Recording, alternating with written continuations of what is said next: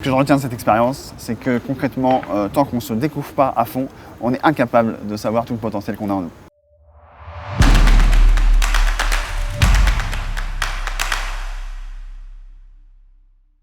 Et donc à l'âge de 19 ans, je choisis de partir pour Paris. Donc je passe d'Angers à Paris.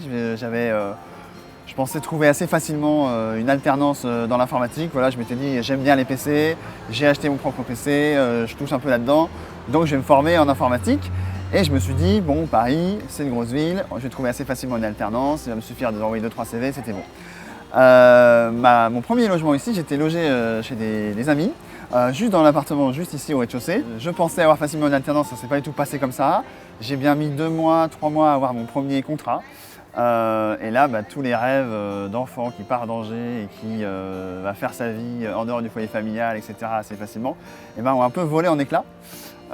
Donc autant j'avais connu déjà des états dépressifs et j'avais un fond de dépression de base, que là, loin des parents, dans un univers inconnu, dans une ville que pourtant j'aimais mais sans perspective, ça m'a un peu mis dans le bad total. Et donc j'ai passé des journées dans cette chambre seul, sans sortir, sans plaisir, et en me disant mais je ne fais rien de ma vie, qu'est-ce qui se passe en fait?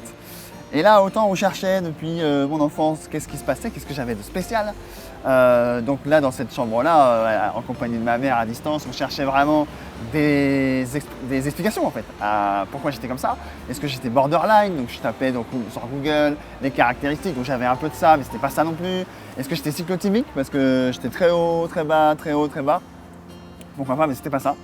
Et un jour, ma mère m'envoie une page d'un site web belge, douance.be, un site sur les surdoués.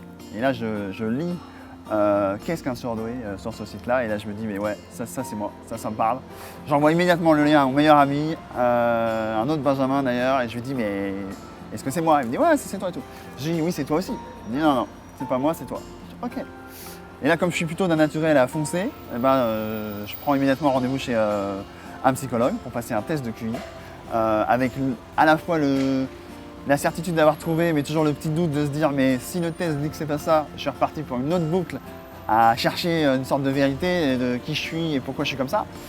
Donc je passe ce test, j'ai les résultats 2 semaines après, effectivement, le diagnostic, même si j'aime pas ce mot, tombe. Je suis un surdoué, plutôt dans des QI on va dire bas pour des surdoués, donc voilà, pas non plus l'autiste Asperger de fou à la Rainman, mais voilà, avec un profil plutôt équilibré. C'est-à-dire que concrètement, je performe dans un peu toutes les tâches, on va dire, qu'on peut donner au cerveau, à la fois dans la logique, à la fois dans le raisonnement, etc. Et donc à partir de ce moment-là, je me suis dit, j'ai beaucoup moins de chances d'échouer que n'importe qui. Donc avant, je me lançais déjà et je me suis lancé dans encore plus de défis.